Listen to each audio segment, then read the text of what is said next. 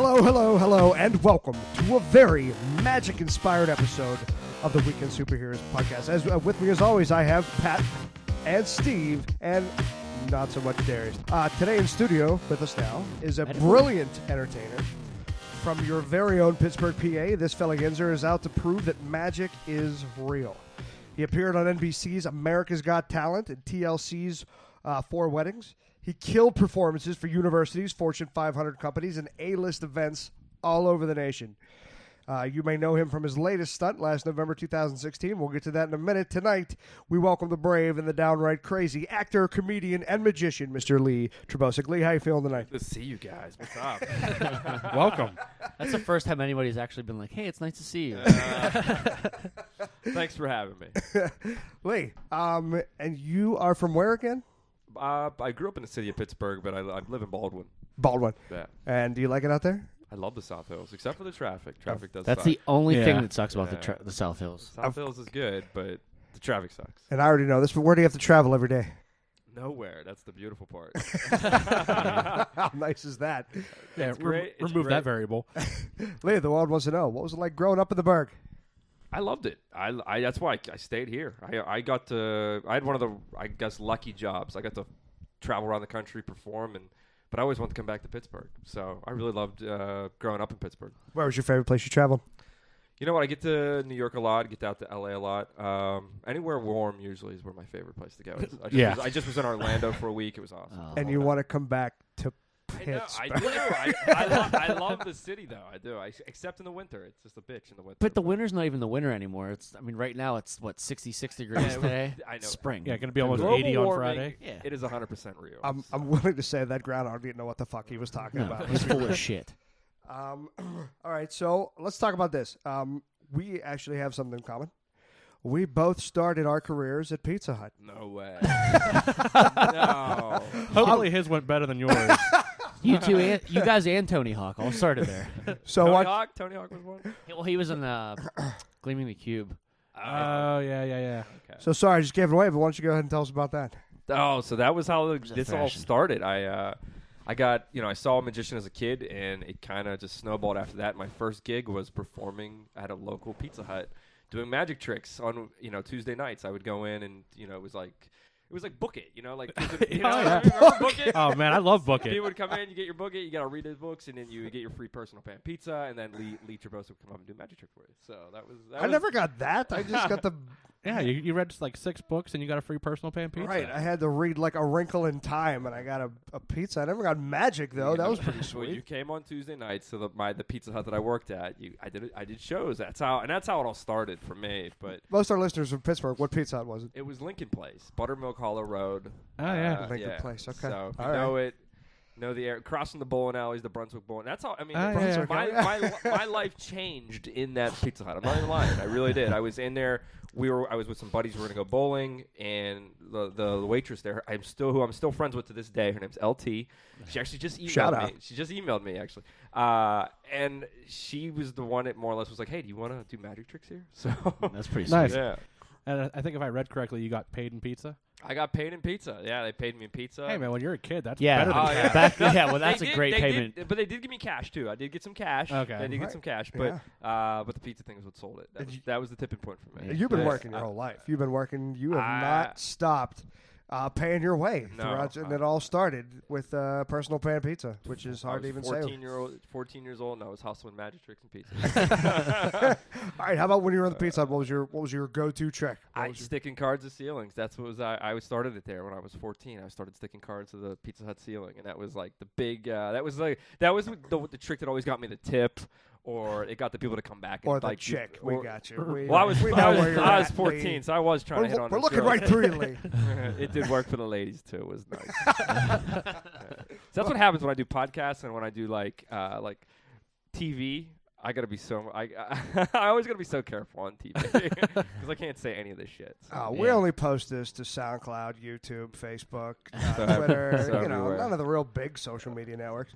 I gotta be careful. I always try to when I do podcasts, I always try to be so. You careful. look nervous, and I don't no, want no, you no. to be I nervous. always feel like I'm gonna give away too much.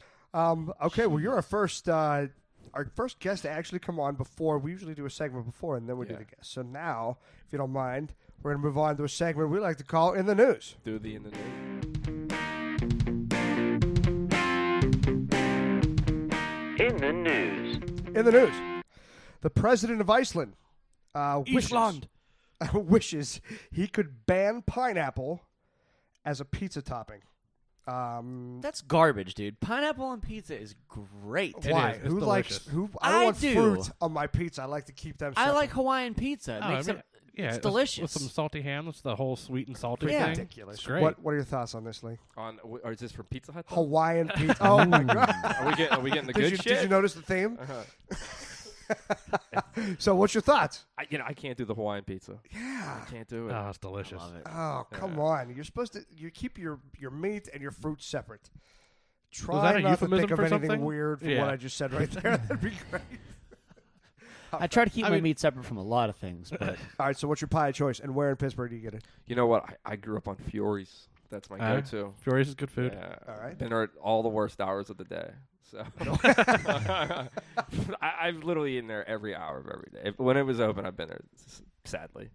So it is definitely my go-to. It's my weekly. Okay. I personally think that this is why the kids from Iceland were the villains in the Mighty Ducks. because Because they wanted don't to like get rid of pineapple this- they on didn't pizza. like pineapple on pizza. Exactly. I think it's revolting. In the news, You're revolting. Army Command Post issues memo banning Nickelback music. I think we can all get behind that. Yeah. Not only was it Nickelback, they also said Creed and Smash Mouth too. And Korn and yeah, that's Slipknot. Whoa. we'll leave that part out. A couple bands that just didn't go Yeah. with the others. I think it was started out as a joke, and then they were like, "Well, we should probably add some regular bands in too." Issues Yeah. February 14th. Isn't that Valentine's Day? Yeah. Aren't you engaged? All right. All right. I'm learning. So Nickelback, what are your Nickelback thoughts sucks. on Nickelback? I mean, I heard your ringtone. I know you know some Nickelback. That's a lie. That is an absolute lie. My ringtone is the Nightmare on Elm Street theme song. Oh, don't be ashamed, Steve. We know you celebrate their entire collection. Yeah. Lee, your ringtone's Miley Cyrus. Do you really like her? Or what's your plan? Oh, Miley, she's sexy. I agree with that. Yeah. Was she 11 or how old am I? No, she's like 25 now. She's 25. She's not now. Hannah Montana anymore. She left that gimmick behind. This one's a little further back.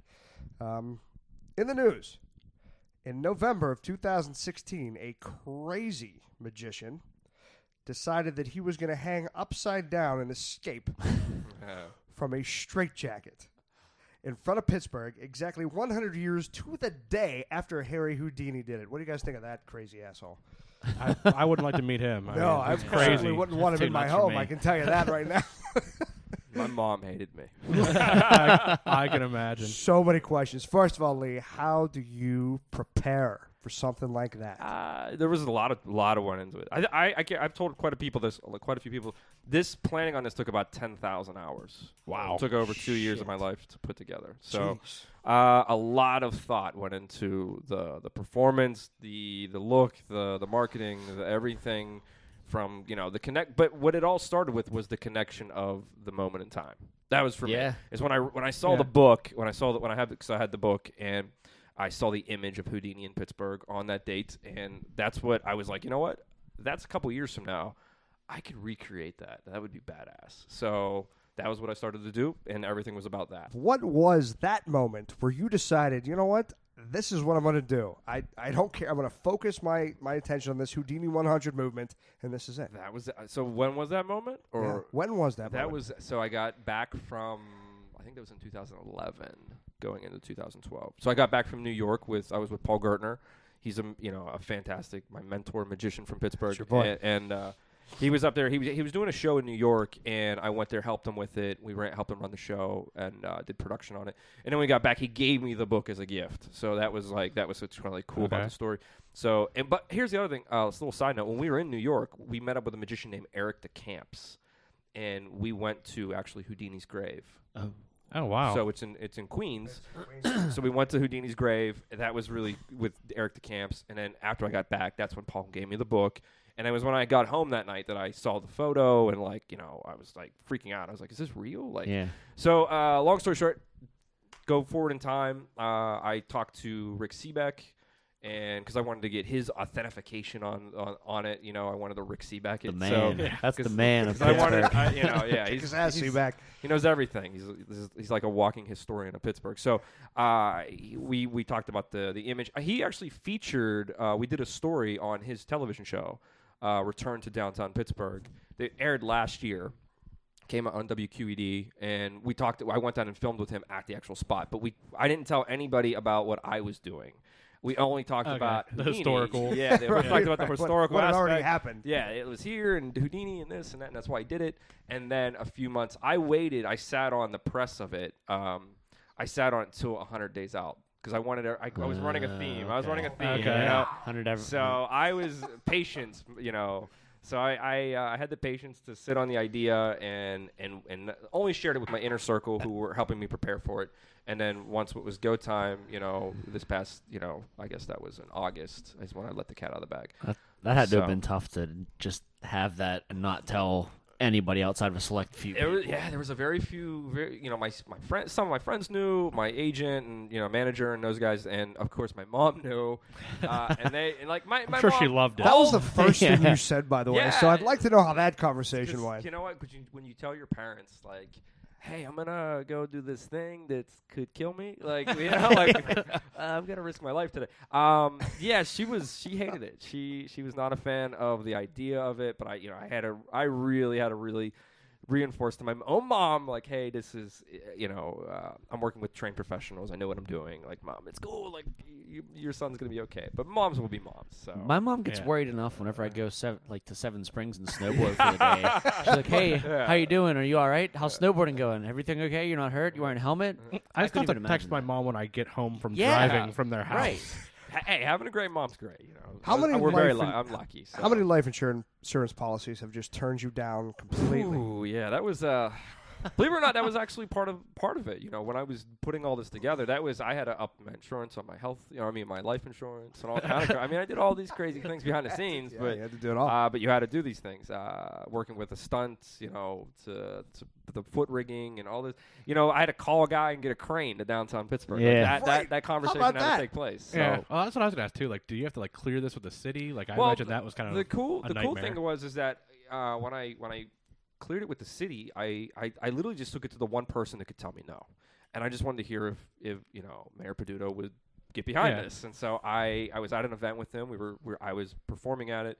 He happened to be there, and I just started to explain to him, hey, there's this. So you got him there's to this- sign something as part of a trick. I got no, I know, right. Invisible ink. Gotcha. I pitched him. I more or less was like, hey, this is what happened in Pittsburgh. Almost like it was like 98 years ago, and I was like, on the 100th anniversary, 100 years to the hour. That's what I was aiming for, was the hour. Wow. And I was like, I want to do it in the exact same location, because we were tossing around the idea of it being part of the Steeler game, because November 6th fell on a Sunday for me, which is unfortunate in Steeltown, right? It was Right. So Yeah, and we I- kind of shut down. Talk yeah, about oh my traffic, God. huh? So I was dealing, and obviously I was working with the Steelers, but at the same time, they can't tell me the schedule. They don't even know the schedule. No. So we were on the fence for quite some time of what was going to happen with the city and the Steelers, and because I knew if I got hit with a Steeler game that day, like I'm gonna have to work around it. Yeah. Right. But my thing is that I wanted to do it at noon. You know what I mean? That's when Harry did it at noon on that date, and so. But then again, am I going up against a home Steeler game with traffic? And, you know, there's a whole mess of worms with blocking streets, because for the stunt, I blocked half of Pittsburgh down. I shut down like an entire section of Pittsburgh to do it, to get the crane in and all that stuff. So there was a lot of planning. Yeah. And they closed the other half down just for a normal home Steeler game. And yes. So And for some reason, I guarantee the tunnels were just closed. They were just closed from front There was to construction Well, somewhere. yeah. But Mayor Peduto, being an amazing mayor and super nice guy that he is, he was totally on board with the idea, loved it, and he was a big help. So the city That's cool. city really embraced it. They were really behind the idea and loved it. So Now, I know the 10-miler was the same day. we had that the morning. 10 mile to Oh, work around too. jeez. Was- yeah. So Yeah, that was like it was that like scheduled ahead of when you wanted to do it, or did they schedule it that day because of? No, so that was just a weird a coincidence. Okay. So we had to work around the 10 miler that was running at Right a through different there. right and well, it started on the south side. Yeah. And then it ended at my location. So we had, or it came through my footprint, is what they kept saying. You know, is what they referred to. So you were as. dangling over the finish So line. yeah, well, that was one thing. We actually had to time it because there was runners coming through till a certain point. So like, because they start super early in the morning, they run at like 8 a.m. So the race is over by like 9:45. Not if I was running. I'd just be finishing about now. Well, you just have to be done. But all right, that was also 2 years in the making. That run that he. But we couldn't. We technically could not take over the space until about 10:20 because they had to give a kind of a block of a time for anybody that had to walk it or something like that. So we have major production. We have thousands of people that are expected for this thing, and we had to wait till 10:20 to do the barricades and get everything. That had to be nerve-wracking. You know what? I had one of the best crews ever to work with me on the stunt. My buddy Martin, who owns Lux Creative, is one of my main guy who helped run my production and helped design it. So, big shout out to Lux. So they're the shit. Very Nice. cool. Yeah. So who cloaked you on that day? So when I was dreaming this up, you know, obviously at the beginning there was the opportunity, there was the idea of it being with the Steelers because of the game scenario. Being that didn't happen, I still wanted to do something Steeler related, and I had already pre-planned out that I was going to do the terrible towel wave. So that was something that I had known. That was the best part of the whole thing. Yeah. So I mean, cool. when you bring out that terrible towel, people in Pittsburgh, terrible Yeah, towel. He's like, he escaped from a straitjacket. Fine, terrible towel. That I is know, it. yeah. Got it. I loved it. One of the cool things is that I made the Baltimore News that night. Oh wow. Because we played Nice. the Ravens that night, and they showed me on all the newscasts. So funny. People were like tweeting me and texting me photos from their TVs. Like, oh, it was great. That's awesome. But yeah, so I planned out the terrible towel, but I also wanted to incorporate the Steelers somehow. Now Franco and Rocky and Tom. All independently, I've known these guys over the years from just doing events with them and just hanging out with them and getting to know them. And Franco was like the guy that I was like, I gotta get Franco.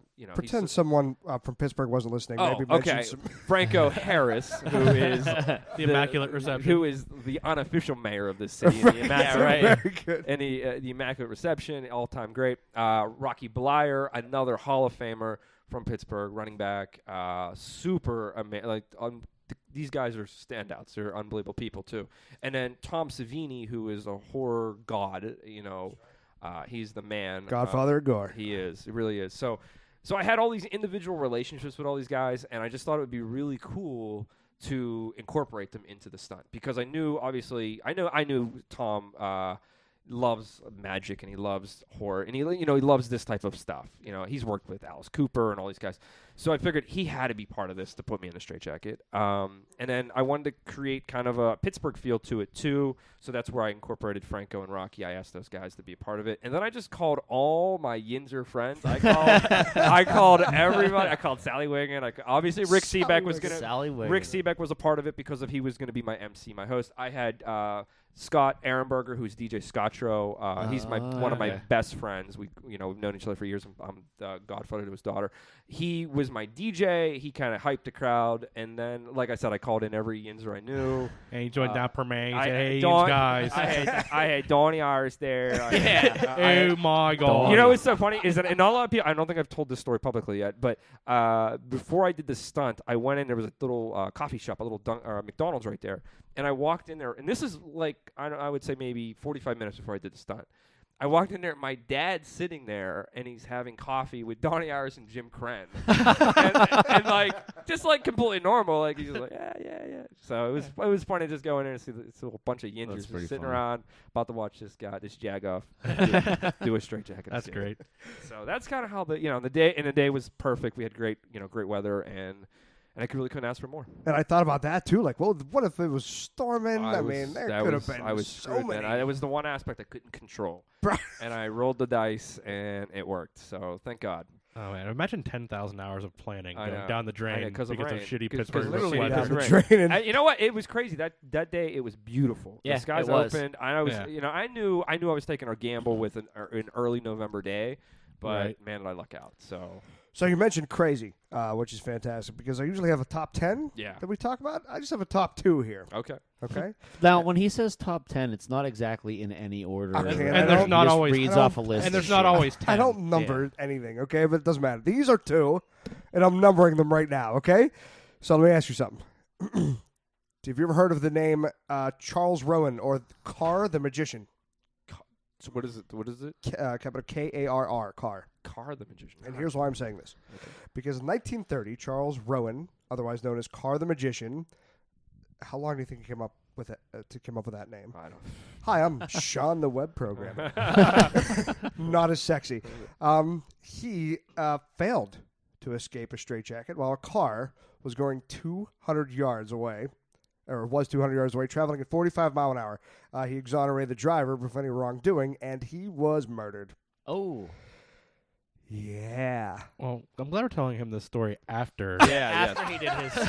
Thank God. It gets And I better. really hope- You know what though? Just to harp on that real quick. You know how your internet history, your internet like it starts to like take over your life and like Oh, yeah. it gets marketed to you. Obviously, Oh, I clear Right- my internet history as right often as I before can. I did the stunt, and I shit you not, right before I did the stunt, 2 days before, I was literally online, and they were showing me articles of guys falling out of buildings, like people falling out of like dying from a straitjacket. I refused to click on any of that shit, but Right. Yeah, I also hope It your was mom's not listening to this. it was crazy that I was like, it was like marketing to me, like Lee's mom, come on the show. I think we got to talk. That is crazy, though, how the internet Yeah. takes anything you search for and anything you look at. And you go on Facebook. Oh, they're watching They get me me right all now. the time with that. They're like, oh, here's a T-shirt from Star Wars that's created specifically for you with your name in it. And I'm like, I gotta buy that. Yeah, okay. it just keeps getting more and more It is- accurate yeah. and scary. It is scary, and like as someone who is a marketing guy, I was a marketing guy in college. That's what I went to college for.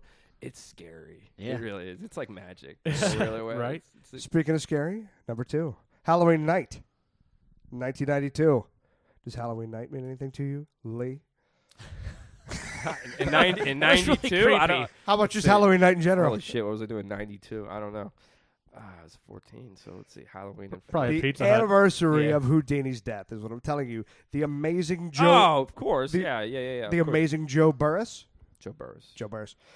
This is 92. Burris attempted to try to escape the same one that Houdini failed Mm-hmm. at being buried alive. Oh, yeah, yes. Oh, yeah. Oh, right, yeah. Well, the Shit. date is because I just did something for this as well. Did you guys ever hear? So they do a séance every year on Houdini's death. Oh, the date I of his didn't know death. that. They do them around the world. I did one on TV for it. Oh, really? For PTO, yeah, you can check it out. I won't spoil anything. But we did it this past year for when I was Where'd you do it? I'm sorry. PTL, Pittsburgh Today Live. So I do a spot on Okay. Pittsburgh Today Live. That's coming up. You have that on the 27th coming up. I'm coming up. Yeah, I'm working on the trick for them right now. Actually. Sorry, I plugged it too early. Go That's ahead. okay. No. We'll cut and paste that But later. no, so he died. The guy died trying to recreate the coffin escape. Right. Okay. So, just so our listeners know, so he had himself handcuffed, Uh-huh. locked in a homemade coffin, then placed in a grave 2 meters or 7 feet deep. Did he do? Is this the guy that did it with the cement?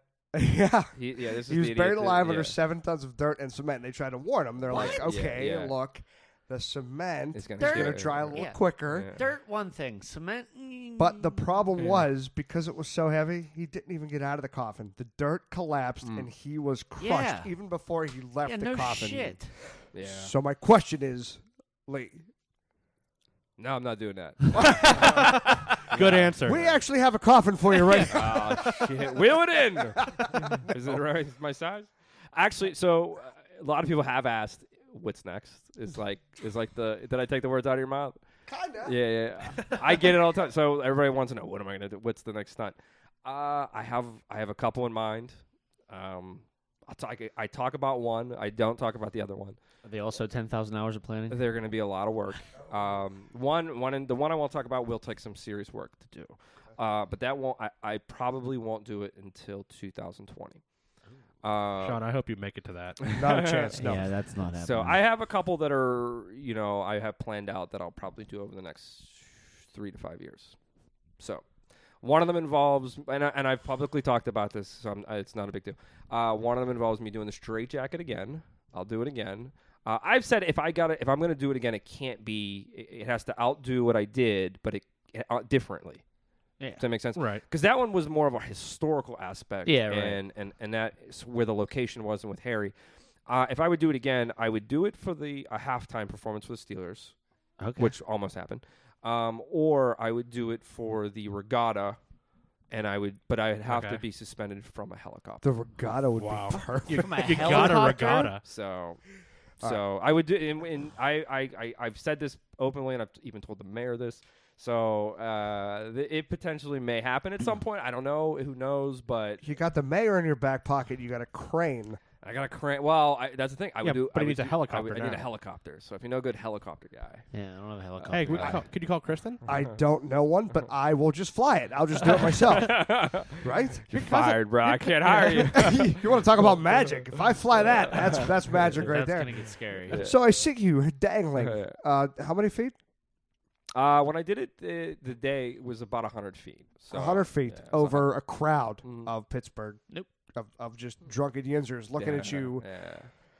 And so my question is, how do you get rid of the fear? You know what? I don't have the fear of heights. I've jumped out of airplanes. I love roller coasters. That honestly, that aspect of it was not the aspect of it that I cared about at all. I was going to say, Or- forget an escape. You wouldn't get me hanging 100 feet above the that ground one- ever. The height wasn't the thing that ever really worried me, and it was for that aspect. It's just because I was comfortable with being that height. The thing that I had to worry about the most was one was falling. Let's just be fair. Yeah, one was right. falling. Yeah. I didn't want to fall. So I took care of that aspect. I was working with Adrenaline Dreams, who are friends of mine. They're safety riggers, so they knew exactly how to correctly put me in. One was the straitjacket. I've done the straitjacket thousands of times in my act, but always on 2 feet. So I've never done it hanging upside down. That was your first time ever doing it upside down? Let me explain. Please. Hang on a minute. Wait. Please explain this. Do you want to know the truth? Yes, I want to know the truth. The day I did it on November 6, 2016, at noon. Yeah, that was the first time I ever did it hanging upside down. Wow. Lee, So- you belong in a straitjacket. So That should just get one you can't get out let of. me explain why I was so confident in knowing my ability to do that. One, like I said, I've escaped from it thousands of times on 2 feet. I was comfortable being upside down, or I was comfortable with the height. Now, the upside down part was the only equation that I didn't figure out. I had to figure out. And that was, doing my research, I found that I just needed to get an inversion table. I had an inversion table at my house, and I'd go into the inversion table every couple days, and I would build up my tolerance to being upside down. Okay. That was the only thing I had Blood to really rush into your your head. I could pass out while I'm up there. I'd look like I'd just be hanging there like a guppy on a fishing line. Crazy. So you have to change your breathing. so your yeah, I had to learn breathing techniques, and I had and I learned how to just be upside down for long periods of time. So I trained my body to do that, and by every couple days I would add 30 seconds to my time, and over the course of a month or two, I saw that when I started to do it, it was much easier. I could be upside down. I was like a bat in my house. I was reading books, responding to. It's true. It's absolutely true. And then I did that I did that the day I was about to do the stunt. I was upside down in the inversion table. I was back in, I was in holding in the back of the tent because I didn't want anybody to once I was 15, 20 minutes out of doing the stunt, I didn't want anybody to bother me because I wanted to go and do this. I did my inversion table for about 10 minutes and then, but I had built my time up to over 20 minutes. So that's another aspect of it that I was overconfident because I knew even if being up there, I was up there for over 9 minutes. It was like 9:38 or 9:40. That much time upside down, I was completely fine. And so I just focused on the performance of getting out of the jacket. Because I had so many other things in my brain. Like I had to remember once I, do this move and get there and get to the part where it comes over my head. Like I could hear the chant. Like I could hear everybody down below me.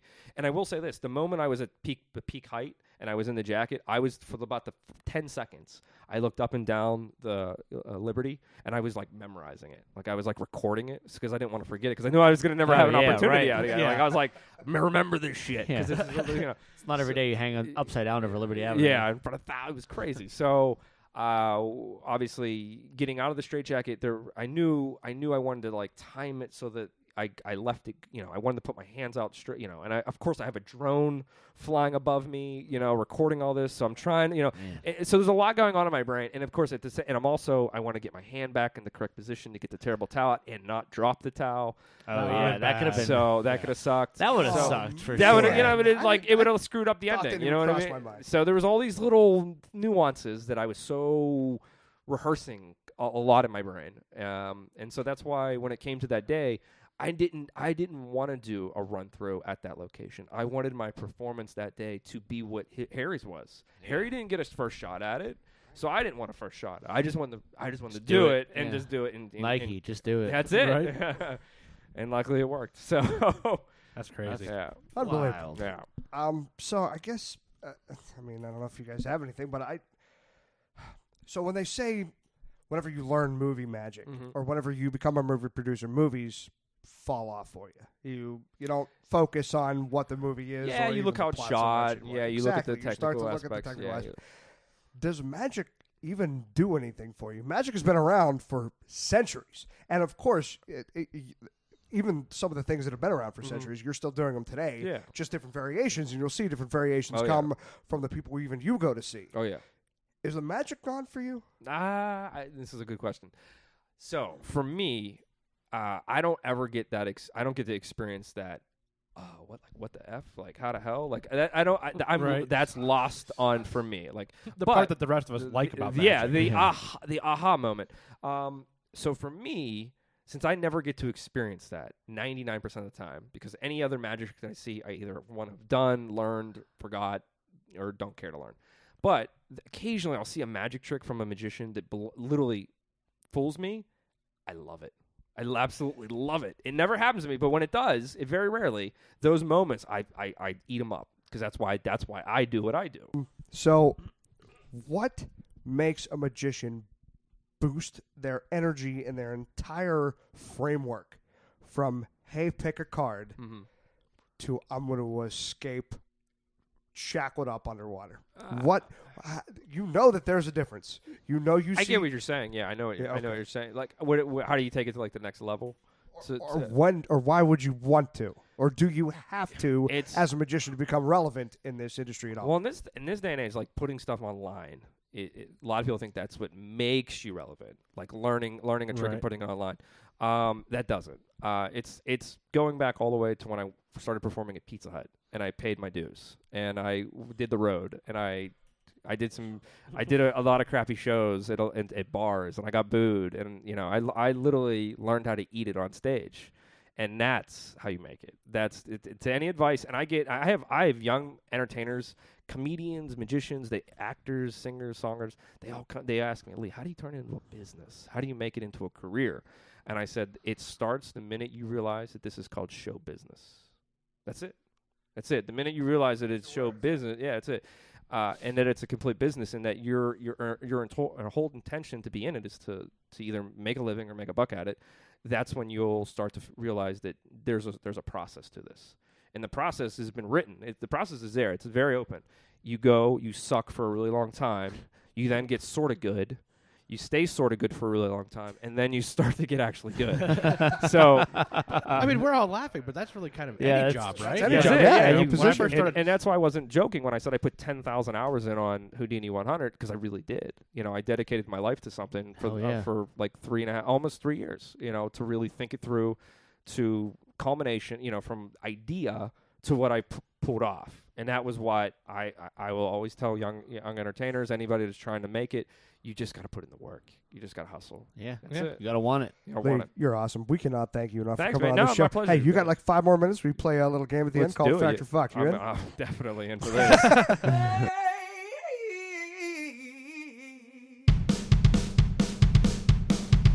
We're going to play Lee versus the superheroes. We'll start. He's gonna get all them right. Or is he? We're going to start. He's just going to convince us that he got him all right. with. I'm a magician, not Rain Man. So. Pat, you're first. All right. Harry Houdini got Of course his, he's going to get this one. I don't know everything. I know quite a bit. got his stage name using a combination of his nickname, Harry, and a French magician whose last name was Robert Houdin. I'm just going to say fucked. That's a fact. That is a fact. I knew that was going to be a fact. That's Just, a fact. just because you were so sure of it being fucked. Number 2, Steve. Hey. Both artists, B.O.B. and Rivers Como, were simultaneously sued for their song I've Got the Magic in Me for a similar chorus and beat from the song I've Got the Music in Me by the Kiki D Band. Fact. So I know this song, Yeah, and I know there was a drama behind it, but I wasn't sure if it actually was with 2 bands. So I did not know that there was 2. So I'm gonna say fucked. It is fucked. Yeah. Son of a So, bitch. yeah. You are killing it. I knew one. I knew Bruno Mars had a problem with it, but Few more. Pat. Matthew Bushinger, one of the premier cups and balls performers of the 18th century, Oh, this is a family show. was born without arms or legs and was 29 inches tall. Fact or fucked? I'm just gonna say fucked. Lee? I actually don't know this one. So I know the name, but I don't know about the arms. I'm gonna say fucked. That's a fact. That's a fact. That is a fact, Over everybody. 2. All right. Picking up They the slack make for they Darius. make I a. guess. This When, seat- when this seat was is he cursed. alive? When was he alive? Because I was. Uh, I'm gonna have to look him up because. yeah, look him up. That was real, though. Number 4. Okay. I've noticed you don't have whether it's actually fact or fucked on the paper. I think you might just be changing the No, answer it's based on real. my answer. I think you're out to get me. Steve, in a normal deck of playing cards, considering the Jack is 11, Queen is 12, the King is 13, the Ace is 1. If you add up all 52 cards in a deck, you will get 364. Add the Joker for 365, and that's the number of days in 1 year. I'm just going to say fact because I don't feel like doing the math in my head right All now. right. Well, that is a fact. That is a fact. Actually, a deck of cards represents the calendar. That's how a deck of cards actually can represent a calendar in a weird way. So there's 13 lunar cycles. There's 13 cards. There's 4 suits. There's 4 seasons. There's red and black, which is considered like yin and yang. Night and day. And then what was the other one? 52. 52 weeks in a year. Holy wakes up- shit. How about that that? makes huh? so much sense. Blew your mind. So, Blowing your And then mind. if you add up every value, it will in fact equal 364 plus a Joker's 365. So now we're a learning show also. Yeah. Man, I'm gonna throw in my calendars and start putting decks of cards on my wall. So is it sad that I have a pack of cards right there, like literally on my back pocket? Do you That was- always you have never one? know. Do You have like a should. holster You know for what? it? always have a pack of cards. As a magician, if you don't have a pack of cards on you every day, you're screwing up. Failure. So yeah, every day. Every day I'm shuffling. Well, That's like I leave. that is a shitty pun. That's a shitty pun, but Not I use okay. it. I leave the house. I'm like keys, phone, wallet. All right, I'm good. You're like Yeah. keys, phone, deck, All right. cards. All right, I'm Right. good. 2 more. Straight jacket. Yeah.